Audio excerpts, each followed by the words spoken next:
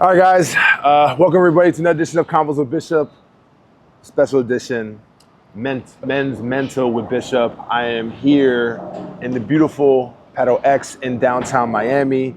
Before we start, I want to thank Paddle X for opening their doors for us to have this conversation to raise awareness for men's mental health. And what other person do I need other than this beautiful gentleman to my left to talk about, this these topics, these issues that we have, man. Men's mental health is definitely something that I feel like people do not necessarily care about men, but I'm doing this because I'm trying to change the narrative because I hate fucking saying that. So this gentleman right next to me, man, I've known him for a while. He is a former athlete, former NFL player. He's been on shows as far as Jubilee, as far as he's actually on, I don't know if people know, but he was actually on the Squid Games, which is actually freaking wild to begin with, and has been really transforming men's lives as far as transformational and also, I guess, behavior work, right? Yeah, being able to help men understand themselves more to be able to become as successful in whatever they want in their life. Yeah, and really happy, really excited to actually have this guy by my side to have this conversation, man, because as the first episode of Men's Mental Health with Bishop, I can't have it better. Mr. Keyen Lage. Keyen Lage. It's not Lage? It's Lage. It's Lage? I never knew that. Yeah, well, you want to redo that part, or I don't know? You could say Keyen Lage. My bad. Lage sounds cooler though. Nah. Lage, baby. Lage. Yeah. Damn, you know what? You know what's funny? I've been calling you that ever since I've known you. Really? Yes. Yeah, a lot of people do. It's what it sounds like. I've been dealing with that my whole life, though. So. Yeah. Okay. No, I got you, man. So, from a scale of 1 to 10, you cannot use 7. How are you feeling right now? I'm a 10, man. 10? I feel fucking great. I got my health. I know where I'm going in life. I feel great about where I am. I feel great about where I've been. I'm excited to be here with you today. Yeah, definitely. This is a long time coming. Yeah, long time. This is definitely a long time coming. Yeah, we got some good stuff for men today. So, being a 10, feeling your greatest is obviously a great thing, but there's definitely some work I feel like that needs to happen before you actually are able to really feel up to your utmost potential. And for you to do that, you also need to be, full. You need to be also, know what your purpose is and know who are you serving, because I'm also a person that's like, you need to really build yourself up, build up to the most optimal person as much as you can, and then become an offering to people. So before we even get into that, let's get into your beginnings, man. Let's get into like the beginning of your journey, probably all the way back to like to high school. You played for South Dakota, right? Yeah, University of South Dakota. College, went to NFL. So let's get into that, man. Let's get into because it's an interesting transition that you went from like being a athlete on a physical level, but I think you are also an athlete on the mental level as well too, and the both of them definitely combined. Yeah. So let's get started. Yeah, definitely. So I think it's a little more backstory would be good. I'm actually a really sensitive guy. Like I think there's a lot of really sensitive dudes out there, and ever since I can remember, I've been very sensitive to the emotions and feelings of other people. So for me, football was an outlet to express myself in ways that I maybe couldn't outside of the sport. So people knowing me now, they're like, oh, Keyen will say whatever he wants. Keyen will tell people what they need to hear, and I'm not afraid to do that, and that's true. But there was a time being much younger where I wasn't able to do that. And so for me, football was my outlet to be able to express myself, right? I was a linebacker. I just would take people out in ways I couldn't outside of it. So that added a little bit of extra incentive for me with the sport to allow me to express myself in that way. So if you met me off the field, you'd be like, this guy is like super kind and soft and caring, but on the field, like this guy's a monster. So I had both different personalities at play. So that's why there's a little extra incentive for me with going deep into football. So I've always had this more emotionally connected part of myself where I've been sensitive to the feelings and emotions of other people. So when football got done, I had this opportunity to be able to mend that part of myself where I could learn how to express myself adequately off the field while also being able to give the gift that I have of being very emotionally in tune with other people. And so for me, it was a natural progression. When football got done, football taught me how to express myself. and then taking the gift that I naturally have, which is emotional understanding of people, and be able to ride with that and make a living out of it and live an incredible life where I can travel the world and help men become the most optimal versions of themselves. So how was that process though, from like getting to the point where you were out of football and able to like really transition into really be in tune with your emotions to be able to like help out like men? Like, how was that process? How long was that process? Was it a difficult process? Because you definitely need to do that for you to ultimately serve men. Yeah. So like, how was that? Yeah, it wasn't a difficult process. When football got done, I didn't grieve a lot. I didn't stay stuck where I was. I just moved forward. And so I've always been connected to this like childlike curiosity that exists within me. So when football got done, I had this opportunity to be able to explore all these different areas of life that I never had before. All I knew before was football. That was what I was focused on 100%. When football was gone, there was this open chunk of the pie, and I was open to hearing what other inspirations might exist within myself. And so I had these small little inspirations. The first one was to go to the library, ride my bike every day to the library, and read for a month straight. And so there was this like childlike excitement and curiosity associated with just reading. I picked up book after book after book, and I eventually picked up a book called The Biology of Belief, which I talk about a lot, talking about how to create our own heaven on earth. And leading men, being a 2-year captain of a Division I college football team, I've always been relatively good at that. So when I heard about being able to create my own heaven on earth, I was like, okay, I want to do this for myself. And I stayed connected to that childlike curiosity that allowed me to continue to do that, because if I would have listened to the other voices that were like, well, the safer route is I was a finance major in college, so being a financial analyst or doing something of that nature that was a little more normal. But I never allowed myself, or I guess it's not really within me, to do what is normal or what is expected of me. I've always just stayed connected to that childlike curiosity. And so that was being able to explore the realm of creating my own heaven on earth for myself, and then as a byproduct, make some money being able to help other men do that. So before we even get into that, I do believe when it comes to athletes, especially NFL athletes, they have a somewhat of an issue to try to find themselves outside of football, because they've been playing, Pop Warner probably since like the day they can pretty much walk, and they go into 20, maybe 20 plus years of actually playing football, and then all of a sudden they don't necessarily know who they are.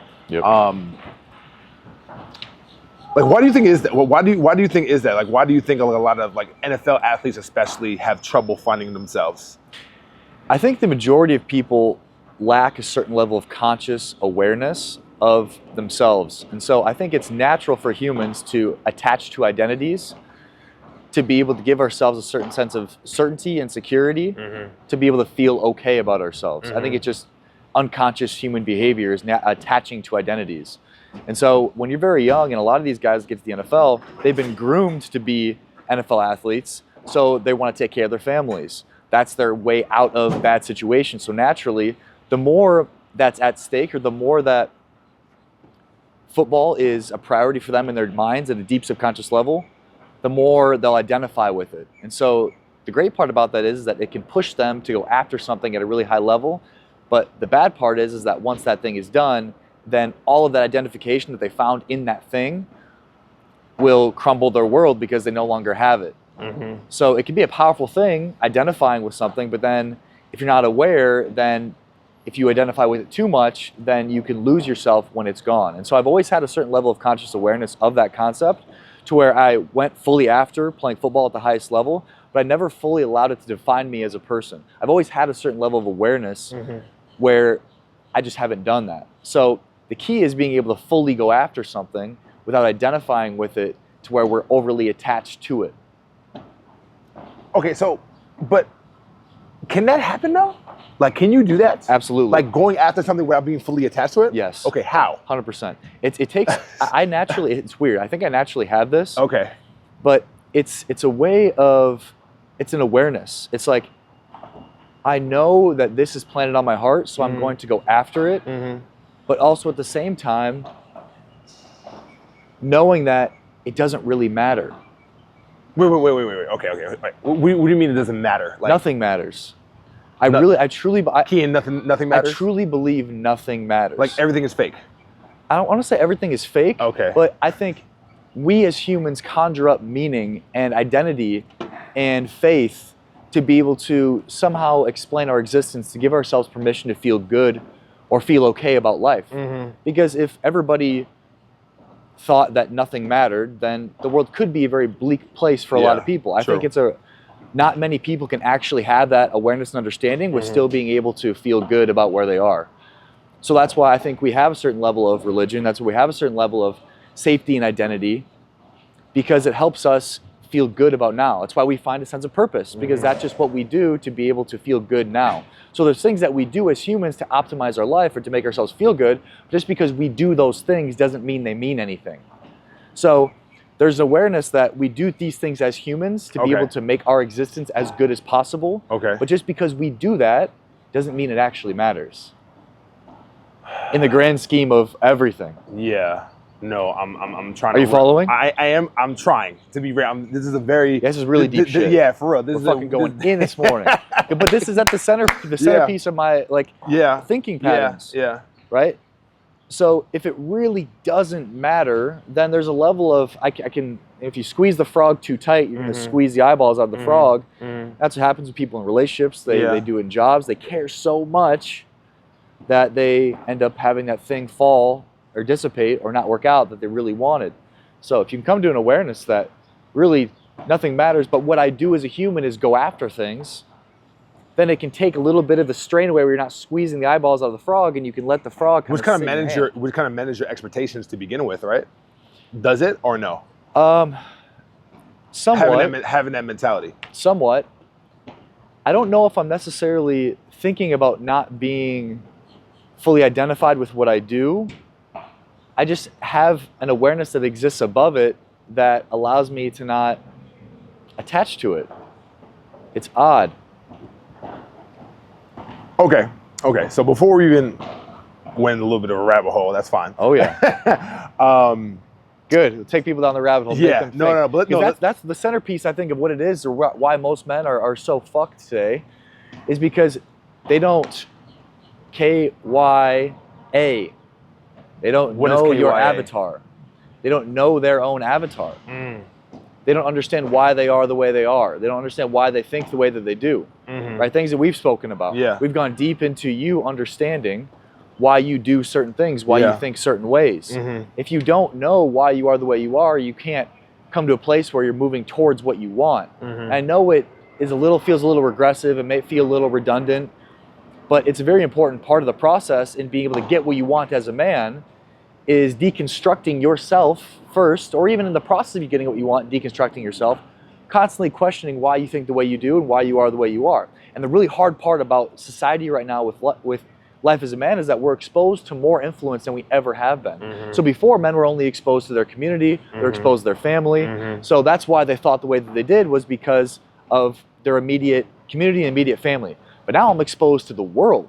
I'm exposed to infinite influence in every direction. On a digital level. At a digital level. Basically kind of puts more pressure on us to begin with, because we compare and contrast. Correct. We think that, okay, if we're not a man who makes $100,000 a year, we're nobody. But then also too, is like, if we also see, we're also in Miami, which is like, a bubble compared to like, every other city. But if you go to the other major cities, like if you're like really struggling, you're making $50,000 a year and trying to be the man that you need to be, but then you literally see a Urus that pulls up or like drives past you, like, yo, what the hell? Like, I guess I'm not really meaningful, or I don't really mean too much because I don't really have those material things for me to necessarily to impress a woman. We're going forward just a little bit, but I want to ask this question to kind of like reset the table. Yeah.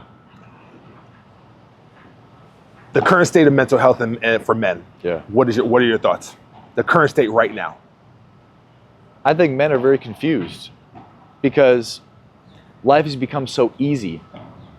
And now people think the world is in a terrible place right now, but I actually think the world is safer than it's ever been. And that's the problem. Because we are so damn safe that it's causing men to be sedated, because men aren't necessarily needed in the way they have been in the past. So then how do you fill in that gap for men? Because men need to have some type of direction. And so because we're not needed at a safety level as much. Then we built the infrastructure to make it safe. So like then like it kind of eliminates us by proxy. Yep. You know? Exactly. Yeah. And that's part. So this cards are automatically stacked against us, because now men have to think. We have to think for ourselves. Whereas when there was a time when there wasn't as much safety, it was obvious the role that men had to play. Oh, I'm just this provider. Oh, I protect my woman. I protect my family. I have to provide for them. But now those things aren't becoming as necessary. Women are becoming much more self-sufficient. The government is stepping in and taking care of people left and right. So the need and necessity for men is going down, making it more difficult for men to find a sense of purpose within their own lives. But now that's why we have to think. We have to think more.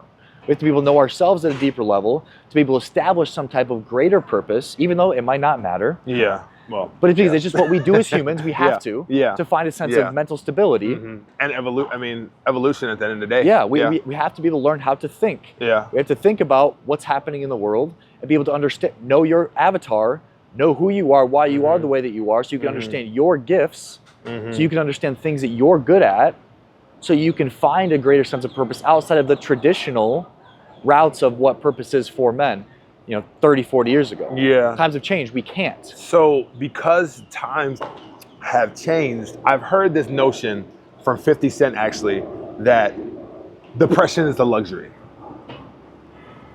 Because of where we're at right now with society, because of who we are. But then if that's the case, then being able to have a conversation or topics around mental health, is that a luxury as well too, because of where we're at with society, as far as like us being such a safe environment where we're actually necessarily maybe creating problems for ourselves? Because the whole entire, because here's the thing, which will probably completely contradict what I'm doing right now for men's mental health. No, this is great. Let's go down the fucking rabbit hole, baby. But mental health was not a thing 40 years ago or 50 years ago. Men's mental health wasn't. So now it's like, you understand what I'm trying to ask? It's like, okay, like, this is great that we're actually having these conversations to basically further and to develop our mental health, but will we even have this opportunity to even talk about it if we were even in a safe environment to begin with? Yes, that's it. And here it is. We're going to go there. We're going to go there, okay? Okay. The road to hell is paved with good intentions. We as humans are programmed to try to make things better. Okay. To fix problems, to solve things. But every problem that you solve, you create another. Every problem you solve, you create another. So, oh, well, we're not safe. Oh, there's too much crime. Oh, there's too much war. Let's solve that problem. Well, now we have peace. Well, what happens when we have peace? Well, people lack a certain sense of direction because they don't have a sense of purpose. It's not programmed into them. So it's wild that because every time you solve a problem, you create another. And so we're here right now actually solving problems for people that will inevitably cause another problem. That's why world peace and the ideology of like solving all of the world's problems to me doesn't make any sense. It doesn't to me. It doesn't make any sense. Yeah, no. Because we're always inevitably going to create more problems. I think people have an ego trip and people get off to themselves thinking about solving world problems. That's more about the ego rather than the actual helping of humanity. Facts. Because at the end of the day, it doesn't matter. You're causing more problems. We will always cause more problems. The way you say that, it doesn't matter, it's killing me. But like, okay, I get what you're saying. It doesn't, right? But people think that, I'm solving all the world's problems, solving world hunger. So like, we're creating more problems. And it doesn't mean that we don't solve problems, because that's just what humans do, right? Apple trees create apples. They just do that naturally. Humans are programmed to advance our species and solve problems, but we can't begin to think that solving the problems will ever actually lead to any type of permanent saving of ourselves. It's just what we do. I think that's why most people are super mentally unstable too, is because there's constantly this idea that I'll eventually get to a place where I'm safe, or I'll eventually get to a place where I'm mentally good, or the world would be a good place, so I can give myself permission to feel okay. I do believe, this is great. I do believe that another reason why a lot of men are mentally unstable, or men's mental health is an issue right now, which we need to, I guess, continue to solve and continue to work on and continue to put maintenance on, is because of the level of safety and the structure that we have, and them not necessarily truly being on their purpose biologically, and also being somewhat idle, if that makes sense. Yes. Like what I'm realizing is that ever since for me, listen, I've been a person, I play ball, I play college ball, I play semi-pro. I came here in 2009, photography, videography, worked for David Grutman and all that. And I think the times where I was the most mentally unstable, where I had depression, I had anxiety, where I actually like really kind of like contemplated even deleting myself, was the time where I was the most idle. I was the most stagnant. I wasn't necessarily doing too much. So what are your thoughts about that? Because I think we have this paralysis by analysis, right? Yep. Yeah. Where which is kind of maybe by proximity definitely kind of affects it too, where if we're not getting, as men, if we're not getting like this, like, boatloads of hundreds of $1,000s, if we're not necessarily getting this money, if we're not getting these women, if we're not getting these accolades, we kind of like really kind of like stifle ourselves to the point where like we don't want to do anything. And then when we don't do anything, you kind of further the situation because you're not in your purpose or in like in your flow to basically be a good man to society. Like, does that make sense? Yeah. Absolutely. So I wanted to like know your thoughts on what exactly, because look, okay, we came up with this rabbit hole about like, okay, we're kind of like creating problems for ourselves when it comes to this whole mental health issue, right? But we're here. What are the first steps to necessarily solve it in your eyes, or at least to try to do something towards it to make it a little bit better? Because at the end of the day, I always said, you fix the men, the women will follow. Mm-hmm. You fix the women, the men will get in line. But we're talking about men right now. Yeah. So what do we do for men, and what are your steps for men, and what have you done for your clients to be on that path, on retribution, mental health retribution, if that makes sense, for them? Yeah, so at the end of the day, a man is going to have a relative sense of optimism if he feels like he's moving in a direction that feels good to him. And now, unfortunately, we're in a place where men are so disconnected from the path that might feel good to them that they can't feel good about the direction that they're going because they don't know themselves. They don't know their avatar. They don't know who they are, where they've been, why they're doing what they're doing, why they think the way that they do. They're not questioning things constantly, so they can't begin to understand what they want separate from their thoughts or society or their family. And so the first thing that I'll do is I'll deconstruct all of the belief systems that they think that they have. He might have said that they think that they have. So when clients get to me, they say, hey, I want this. I want this money. I want this girl. I don't believe a word they fucking say. I said, there's like, okay, you want this? Okay. I don't believe any of it. Because I'm sitting there, I'm like, how the fuck is this person supposed to actually know what they want? I don't know all the influences that have impacted their decision-making process in their life. From personal experience, I can attest to that because we've dived into many sessions before where you serving me and I'm thinking I want this, and it's completely different what we actually were heading towards. So that's it. So I don't believe a word they say as far as what they say that they want. I just go into a session with them, deconstructing everything, which then inevitably reveals their heart. It reveals what they truly want at the core. When you can get to the core of what you want, separate from what you've been programmed to think that you should want by society, or what your family inevitably wants for you, or what your friends want you to be like, and you can stay connected to that core, then you can begin to not have to move toward what your heart wants with a place of excessive discipline, but from a place of just natural flow. That's what life's all about, getting a natural flow of nature and of life. But because we're so disconnected from the heart of our desires because of the influences, all the influences that are constantly being imposed upon us, we can't begin to feel good about the path or direction that we're going. Because we don't even know if the path is most aligned to our hearts. That's why most men are lost. The path within our hearts for what we truly want. Of the individual. Of the individual. Yes. Is it more so on, is it nature or nurture? Or does that not necessarily matter? That's just, it's true to the core of the individual. It's what's true to the core of the individual. But so it has nothing to do with nature. But this, say that again? So it has nothing to do with, like, as a man, as far as what you truly want, what's your heart, right? There's no application when it comes to, like, the nature side of things. Like what men want naturally. Yeah, I think there is a foundation, but we can't, I'm not like the average guy. Okay, so when I speak from a place of understanding that I'm not. yes, there probably is a good majority of men that have the same wants and desires. Mm-hmm. But I also think there's a good majority of men that don't.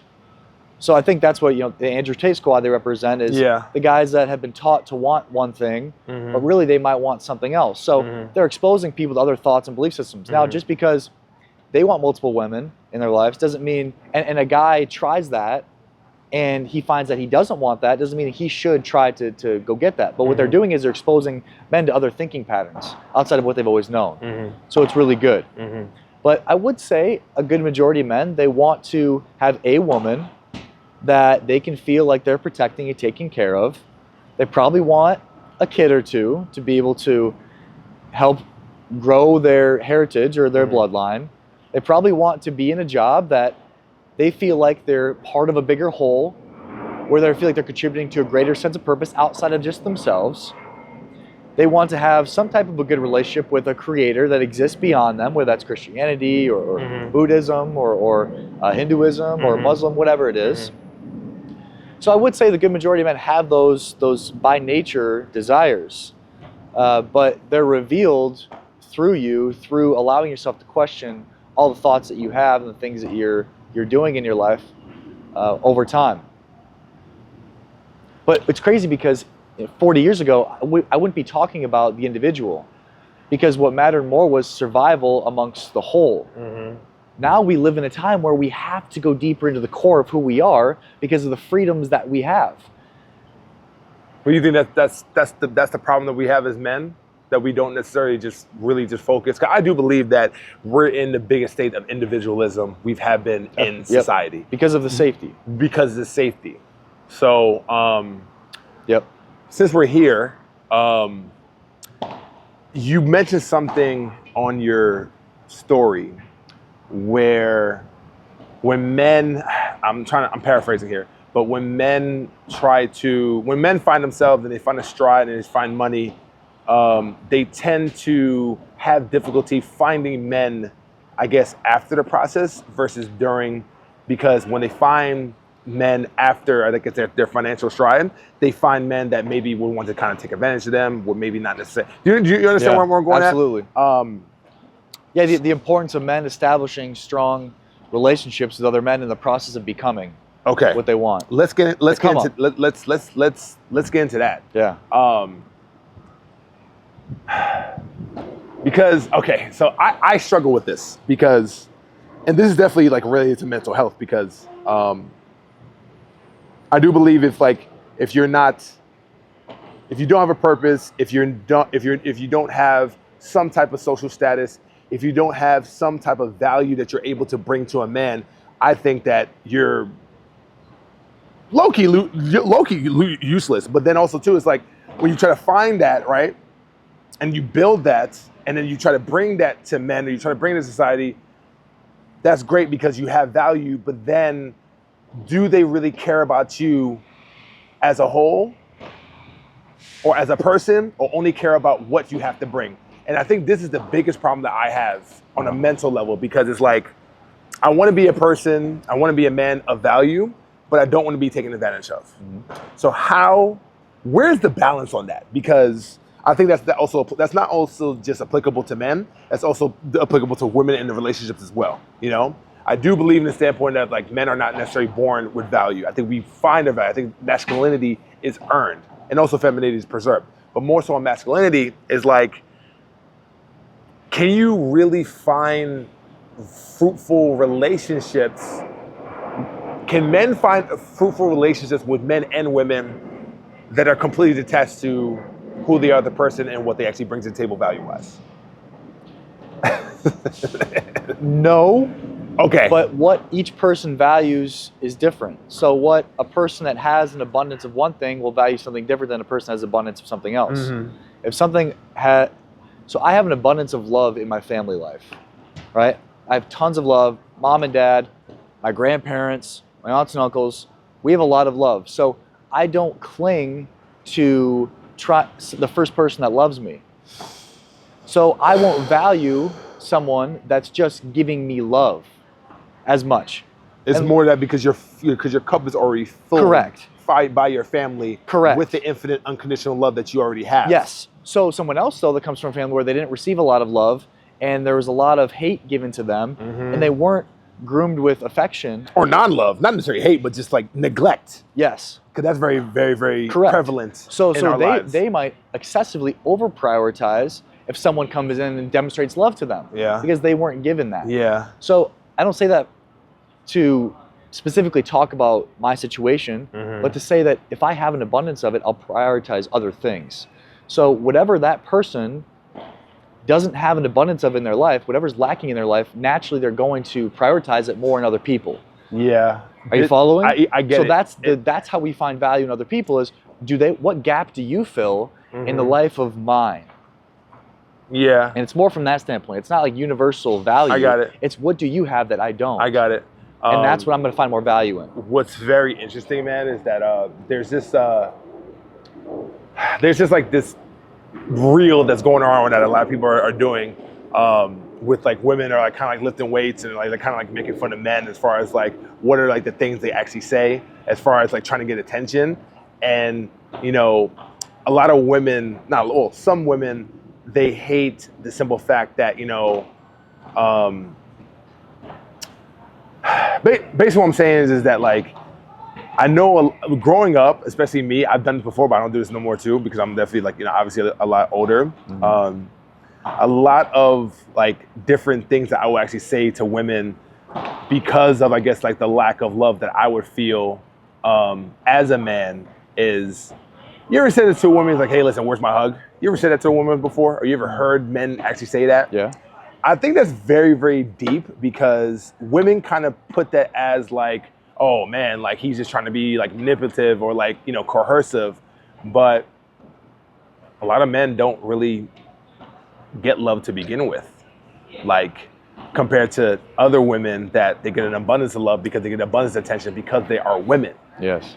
So I've always wondered, like, for men who have not had the abundance or like the privilege to, I don't want to say, I'll say privilege. Like, I do think that, you know, having like a mother and father, especially in these days, is a privilege because it's not necessarily known.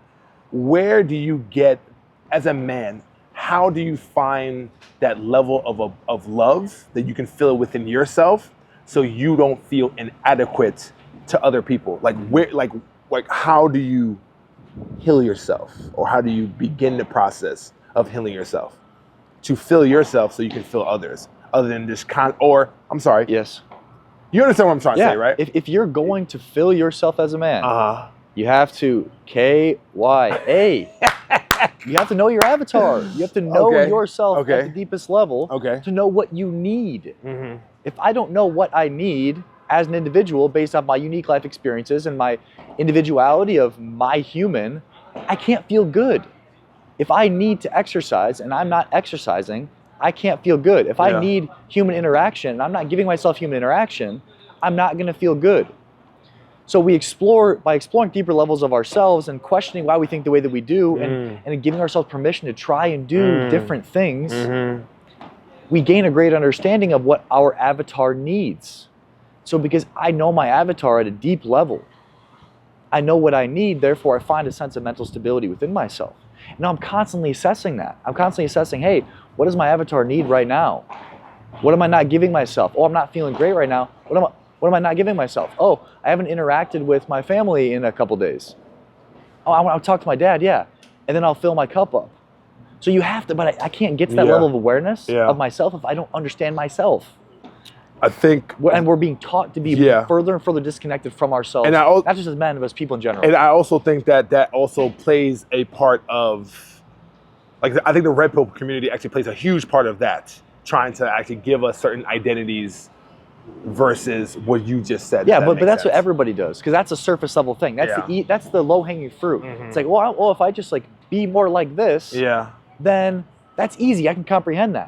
But knowing your avatar, that's a relatively complex thing. When someone hears that, they're like, well, what the fuck? I have to like question myself. I have to ask myself why I'm the way that I am. I have to go deep into my upbringing and question why I think the way that I do. Yeah, you do. That's kind of how, that's the price you pay of understanding the self to feel good. Not everybody deserves to feel good. Not everybody deserves to feel good. No, it's earned. Okay. It's earned. Okay. You feel good through understanding your avatar, through going through your history. You go through why you are the way you are. It's earned over time through you doing that. I do think that not everybody deserves to feel good. You have to earn it. And I do think that actually plays a detriment. That attitude definitely plays a detriment to men's mental in general, because, like I said, masculinity is earned. It's not, you don't just like, I think that anything of value is earned. Yeah, anything of value is earned. Yeah. But we live in a world of participation trophies, dude. Like, you don't get to participate. Not everybody deserves to feel good. You don't. It is earned. Yeah. And guess what? I go through tension every single day in the process of learning more about myself and going after what I want. But I can take a lot of punches. I can mentally take a lot of punches, but I just keep showing up over and over and over again. So the process of understanding yourself can be messy. It can be confusing. Very confusing, because you're in the space of the unknown. There's not the solidification of identity in my mind, because I'm going into the space of the unknown and trying different things and exploring new things and questioning why I am the way that I am. That can feel a little unstable at times, but ultimately through being in the instability, I find more stability through finding identity in who I really am at a deeper core, separate from my environment. True. So the price I pay is a little mental stability to understand who I am deeper, to be able to feel a sense of okayness within myself. Yeah. Which leads to our next topic I want to segue into. Vulnerability. Yeah. You know, we had conversations about this as far as vulnerability with men and how men should be vulnerable in general. I want to read this. Well, I think we got to talk. I think we can talk about like what vulnerability is in general. Though. Okay, how about this? Before we even get into that, right? In your eyes, what is vulnerability as to a man? Like, what is it? Vulnerability is doing the thing that feels incredibly hard and difficult to do, but you know is the right thing to do. So I have a little bit of a different perspective on vulnerability than I think a lot of people. So if I'm someone as a guy and I can't keep my mouth shut, I'm always telling people, everyone, what I'm doing, my problems, what's going on, and that's very easy for me to do. And I learned that, hey, shut your fucking mouth. Don't tell people all of your things. Okay? Don't tell people what you're doing. Don't tell people what you're going to do. Keep things to yourself. Keep it more private. The vulnerable thing to do would be shutting your mouth. And just doing the work. Well, it would be stop doing the thing that's detrimental. Because oftentimes the thing that we're doing that's detrimental is easier to do. But someone else might be like, well, it's good that you're sharing with other people what you're doing because you're being vulnerable. No, the vulnerable thing is doing the hard thing that you know you need to do. So vulnerability, in my definition, can be the opposite of what society says is vulnerability. Say what's really there, what's really happening inside of you, what's going on. Be honest all the time about what's happening. No, it's not true. It's like a speaker that constantly shares the story about the vulnerable thing that happened to them. Let's say there's a speaker that was abused by their family when they were younger. Eventually that no longer becomes vulnerable. That's not a vulnerable thing for them to share. So then they have to evolve. They say, well, what actually is vulnerable for me? For them to go deeper into their own evolution. They can't continue to identify with that story. They have to say, well, what now is the vulnerable thing for me to share? And go out and be able to share the thing that's more difficult for them to share. So vulnerability is constantly evolving and changing within each individual. And it's important for men to step into a place of, well, what is the thing I know I need to do or should do? And how do I fully step into doing that? That's vulnerability, and that's power. I see. Okay. Yeah, go ahead and read your thing, though. Yeah, because you completely derailed me a little bit, but it's all good. We're here. We're here at Commons with Bishop. Give me 1 second. So there is this, there's a segment that Russ said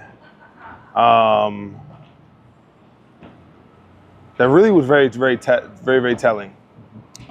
And I'm not gonna play actually the where is it? There it is. So it talks about opening up to a woman, right? Some woman looking at you lesser if there's tears on your cheek.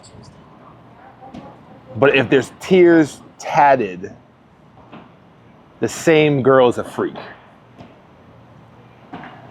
So if they're attracted to the pain unless they hear the pain speak, it's really interesting because when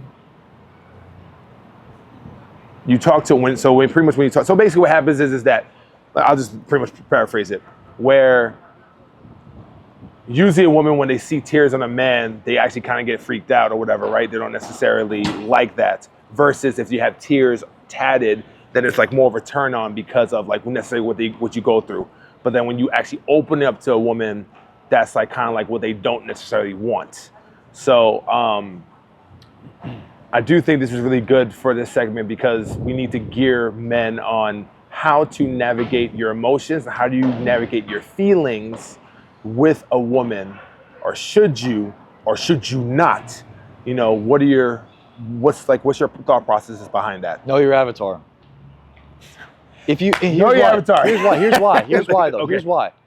If you don't understand why you're feeling the way that you are or where the feeling comes from that you're experiencing, you can't adequately present it to a woman in a organized, sophisticated, calm manner.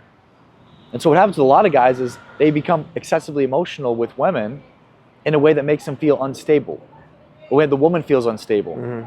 So if I understand what I'm feeling, why I'm feeling it, I can adequately articulate it to a woman, say, hey, I'm going through this right now, this is what I'm experiencing, without having to be lost in the emotion of the expression with her.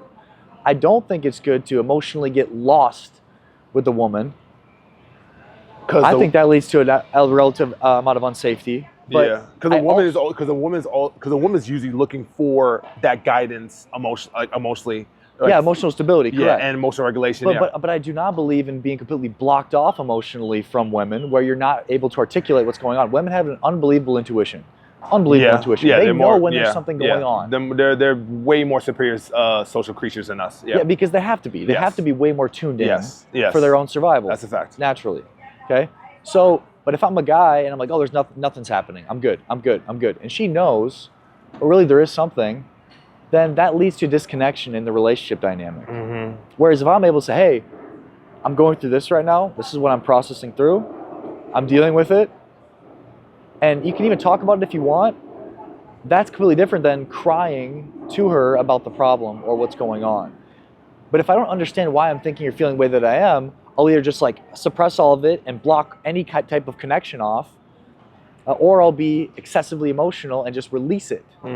That's why it's so important for men to know their avatar. You have to know why you feel and think the way that you do so you can adequately articulate it to a woman. So I'm going to give you a little bit of pushback on that because I've had situations where I've articulately expressed that and it still backfired.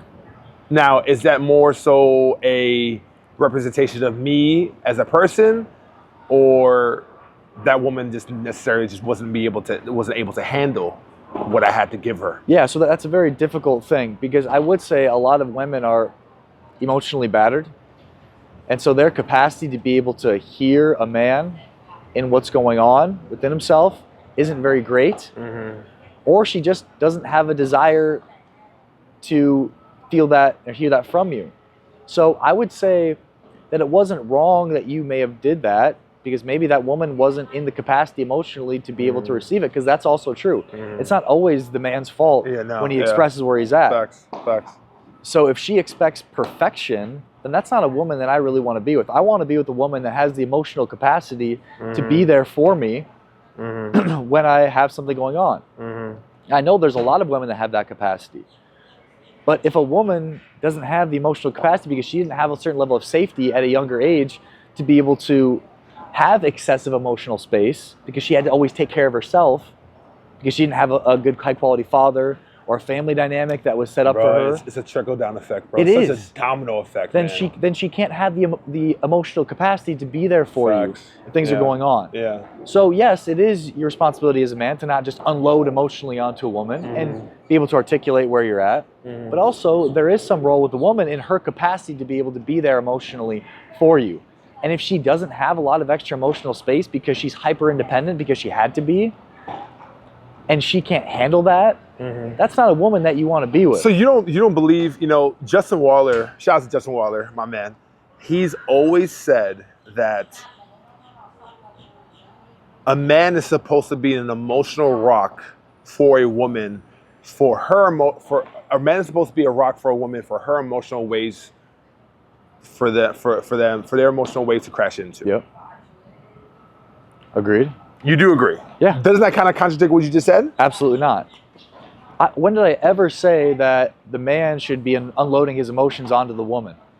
I said a man should be able to articulate where he's at. Okay. And if a woman can't handle him being able to effectively communicate where he is, then that's not a woman that he wants to be with.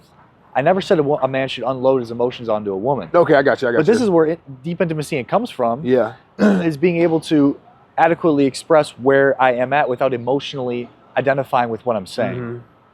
Because I think a healthy woman wants to contribute to a man's advancement. I think a healthy woman does. She doesn't just want to be. She doesn't want to be just pampered by a guy. Yeah. And be a dumb, like, sex toy. Like, women with substance want to actively be involved. I think a lot of the red pill talks about women that don't have a lot of emotional substance, and they just want to be pampered to and catered to at all times. But there's a lot of women that are very much more advanced emotionally and psychologically, where they have the capacity to be able to be there and support, because that's where they find a level of fulfillment. I think an emotionally battered woman doesn't find a level of fulfillment in being able to be there for her man. But is that a responsibility for women to basically try to, I guess, be one of the adjacent helps of our mental state as well too? A healthy woman wants to do that. A healthy woman isn't excessively selfish and me, which is the world that we live in now. Yeah, a healthy woman finds fulfillment in knowing she's contributing to the group, that she's contributing to her man's life. That's where she gets fulfillment. But women have been taught to be excessively selfish and independent. And that's what fucks them up. And so I think a lot of that red pill shit, which messes us up. Yeah, because we can't go to our women for anything. But yes, because I think a lot of the red pill stuff, they're talking about emotionally battered women, and they're talking about, like, and that's not the women that I deal with. Yeah, I deal with more complex women that are emotionally sturdy. Yeah. Right. Like, but a woman that is hyper selfish and me, and they're for the streets anyway. Yeah. No, so, I get it. You know what I'm saying? Definitely. So I'm not referring to those type of women. I'm referring to a healthy woman, emotionally. Let's see here. So, we already discussed that. Okay, great. All right. So, to build off of that, right? And I think one of the reasons why we're actually here at Paddle X is because, you're really big, not necessarily just on your mental health, but also your physical health as well too. And I do think that both play a huge part together. Yes. I don't think you can't have one without the other. Absolutely. I do think that mental health is more important, but I think for you to build the mental health, you definitely need the physical aspect. So, in your view, in your eyes, like, how vital and how paramount your physical health is to keep it at the optimal level, how important that is to your mental health, and what do you do to basically keep those two things sharp? Yes. So my connection with my body is everything. If we think about it just really practically, right? We didn't have all this safety and world that doesn't need us to be connected to ourselves. Like, before that time, let's say 500, 600, 1,000 years ago, we had to be constantly dependent on the cues that our bodies were telling us of what's going on. We had to be connected. We say our intuition would be connected to our bodies. And so we're living in a world where the food that we eat, the lifestyles that we have, are intentionally disconnecting us from our bodies or our intuition. So people that inherently are disconnected from their bodies because they're not treating their bodies correctly with proper movement and the proper food, you can't actually be connected to your intuition. So in order for me to be connected to my intuition, I have to be connected to my body. So I selfishly, for my own mental health, have to be connected to my body because I want my body to be able to communicate with me effectively. I don't have to live in my head if I'm connected to my body. And I don't live in my head. When I'm talking and I'm moving about the world, I'm not thinking. I don't think a lot. I'm present as fuck because I trust my body, because I'm connected to my body. Whereas the majority of people, they're disconnected from their bodies, so they have to live in their heads. And the world we live in is teaching us to be disconnected from our bodies because of sedentary lifestyles, because of all the mental ways of being that we're being taught to have, to think. Now, I'm not saying reflection isn't a bad thing and understanding ourselves is a bad thing, but being able to be connected to our bodies allows us to not have to be as mental. And to me, I'd rather be more connected to my body and intuition than not. Yeah, well said. I mean, for me, it's at a standpoint where, not standpoint, but I'm actually at a point where, you know, like I'm definitely, you know, probably been the healthiest I've been since I played ball, to be very honest with you. Probably since 2008, 2009. And, you know, knowing yourself, but then also to having a sanctuary to be able to really kind of like release those like inner demons, you know, that you have on a daily basis is very, very, very, very important. It's very, very vital. I have never really paddled before, but I think that this is definitely like, kind of like a mental release for a lot of people, especially you, to be able to just, you know, kind of like, you know, like we need outlets. Like as men, like we need outlets. And unfortunately, a lot of men these days don't really have healthy outlets. Now, to be very, very transparent and be very, very vulnerable, there's been times where like I haven't chosen the proper outlets for me, you know? There's been times, you know, when we've had conversations where I should go to the gym, I should go here, I should be able to do this, probably work on this and work on my business, but I get so tied up into my emotions, I get so tied up into my feelings that I go to 7-Eleven to eat 5 donuts, you know? I don't necessarily know what I'm asking here, but I'm learning more, especially working with you. I'm definitely learning more to actually have more healthy outlets other than just have like binge moments, because this is what I would say. Men need to realize that the choices that you make, if it's good or bad, have obviously implications in the future, but the more bad choices you make will have permanent results. You know, me, you know, not eating good as much as possible is going to have a detrimental impact to me, not only with me, but also from other people, because me being a business owner, me being a leader of my tribe, if I'm not at my optimal and my most optimal peak, I'm not going to be able to serve as a man the best I can. So that moment, I think, where men think that they need to kind of lean on their vices, once they know their avatar and once they know their purpose, they understand that the micro decisions that you make can have macro detrimental consequences. And really need to be a lot more cognizant on every single decision we make, because it has more of an impact that you know. Yeah, You know? definitely. Yeah. The small things lead up to the big things in the long run. Yeah. But it can be overwhelming. It can be overwhelming to think about being perfect per se, or that we should be. But that's why the way that the mental model I have set up is I just try to take each moment as it comes, the best of my ability. And if I could just make the best decision that I can each moment, then that stacks up. I don't like to look too far down the road. I don't have 5-year goals, 10-year goals. That seems overwhelming and daunting to accomplish those things. I wrestle with that at times. Yeah, I feel like I need like a 1-year, 5-year, 10-year plan as a man. But I'm like, I know, but then also too, I don't know. Like I do know what I want, but I don't know what necessarily is going to happen. No. So if I don't know what's going to happen, why am I busting my brain over this, Keyen? Yeah, if you're connected to a deeper sense of inspiration within yourself, like you're following your fucking path right now. You're on it. Yeah. If you're doing that, fuck goals. Yeah. Wow. Why? For what? Wow. That's powerful. What's going to get you the most fulfillment Yeah. in the long run is you being as present as possible in your experience when you're connected to your path. And you're connected to your path. Yeah. So more than ever, actually. I think I'm more connected now than ever before. Yes. Especially with the new initiatives and with this, whatever is going to, play upon even a bigger role as well too. Not Absolutely. just the concierge, but just like giving back and building. So what do you got to think about the future for? You're on your path. All you have to do is like you said. I'll tell you why. Okay, I'll tell you why. Because as a we about to. Oh boy. Okay. Fuck it. We're here.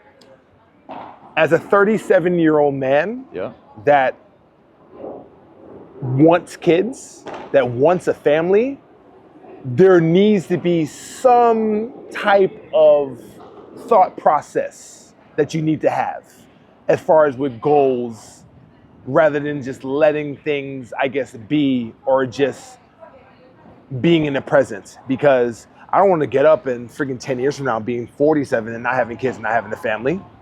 What if the pressure that you have on that is what's preventing it from fully showing up and coming into your life? That's the other side. Yeah, it is. That's the other side. So and I completely agree. Right. So what I know is that when I'm on my path, you're in alignment with yourself and your path, God knows your desires.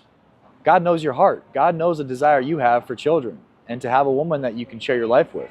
God knows that. So the rest is you getting out of the fucking way. Yeah. How deep can you get into following your childlike curiosity and excitement right now? And it'll lead you to her. It'll lead you to her. Yeah. Yeah, and then maybe not necessarily being where I'm at, which I'm growing, I'm progressing. It's like, okay, yeah, I'm not a multimillionaire yet. I don't have this, I don't have that. Then I'm like, okay, don't necessarily want to be a failure, but then at the same time too, I have to be very, very conscious of not necessarily wasting time. I think for me, it's more so like the micro impatience and then the macro patience. I think that in this day and age, I think men need to be very, very, have a sense of not scarcity, but a sense of urgency as far as what they need to do in the interim, what they need to do within the micro. But I think to kind of play upon it, maybe we can kind of many men do. Yeah. But I'm speaking to you. I'm not speaking to all men. Okay, I got you. You have created, the way you've lived your life has been with a lot of urgency, I would say. It has, yes. Yeah. You've lived with that urgency. Yes, so I spoke in my story the other day. I'm like, if you've learned how to be disciplined, if you've learned how to go after what you want, it's a different operating system. But a lot of guys, they haven't ever learned how to be disciplined. They haven't learned how to go after something and achieve something. Yeah, true. True. So from there, it's more about aligning with what you want rather than having to discipline and force it into your existence. Yeah, I got you. It's a belief system that I have. Yeah, definitely. So if you can stay in this childlike curiosity and openness and doing what you know is right for yourself over and over again, that woman will show up in your life if she already hasn't. Mm-hmm. Yeah, definitely. And the longer you can get lost in your path and your process, the deeper you can get into it, yeah, the more chances that you'll be able to find a woman that's right. Your point of attraction will be. Yeah. You're vibrating at a higher. Now we can get into it will come. Building it will come, and then also too, like that also puts your state mentally in a flow where you're not constantly thinking, and you're doing what God has honestly put you on earth to be, which I think that kind of serves your mental health state, honestly. Yeah. Yeah, it kind of circles back to that. So. Absolutely. God knows your heart. God knows your desires. Yeah. Yeah, man. This has been great. This has been fire. Yeah, this has been fire, man. And here's the thing is, I don't have a lot of tips and tricks for guys. Like that's not my MO. Yeah. What I want from people is to help them think. Like question their existence, question everything. Because then when you do that, you can begin to understand deeper who you are and what you want. But if you're just trying to build on top of a foundation that's not established, then you're going to be unhappy, I think. But since this is... That's my role in society. Yeah, I got you. But since this is, Men's Mental with Bishop, I think for right now, I think that honestly, the common denominator for everything for this conversation is build your avatar, build your foundation. Know your avatar. Know your avatar, then build from that. Question everything, deconstruct yourself, then from there, build up. Yeah, so... yeah, man, this has been great. This has been great. So we got to wrap up because we got some other things we need to do. So I usually have this last segment that's called the last call, right? But the last call is gonna be a little bit differently, right? So usually I have, like, I tell you a whole bunch of words, you give me your first thoughts. Okay. But ooh, I'm thinking about maybe switching up a little bit. But you know what? Let's keep it there. Let's keep it there. So the last call, all right? good. So I'm gonna give you, yeah, that's what I'm gonna do. The last call is basically gonna be a bevy of different words, and I want you to give your first thoughts. All right. All right, ready? All right. South Dakota. Beautiful. The Saints. Pain. The NFL. Love. Want me to give context or no? No. Okay. No context. Just one word comes into it. Ooh. Your first love. Hurt. Your first client. Excitement. Purpose. Yeah. Okay. Neutral. Neutral. Neutral is the thing that comes up. Okay. Okay. And yeah, I got you. I got you. I don't necessarily believe in a purpose, so that's probably why. Okay. Family. Love. Let's give a couple more. Miami. Fun. Travel. Excitement. The last one. Keyen Lage. Ooh, the man. The myth, the legend. Come on, baby. Bro, I appreciate the conversation, man. It's a long time coming. I really do think that this is definitely going to help men to be able to kind of like find themselves and just to kind of build from this and just learn. And, you know, because at the end of the day, you know, with this crisis that we have, the only thing we can do is, you know, try to help each other out. So I appreciate you taking your time, man. My pleasure. Yeah, let's give some shameless plugs where we can find you. You know what I'm saying? Where people can also book you for your services too. You know what I'm saying? Yep. Yeah. Find me at KeyenLage.com and on Instagram at officialKeyen. Appreciate you, bro. Appreciate you, man. My man. That's it. Done.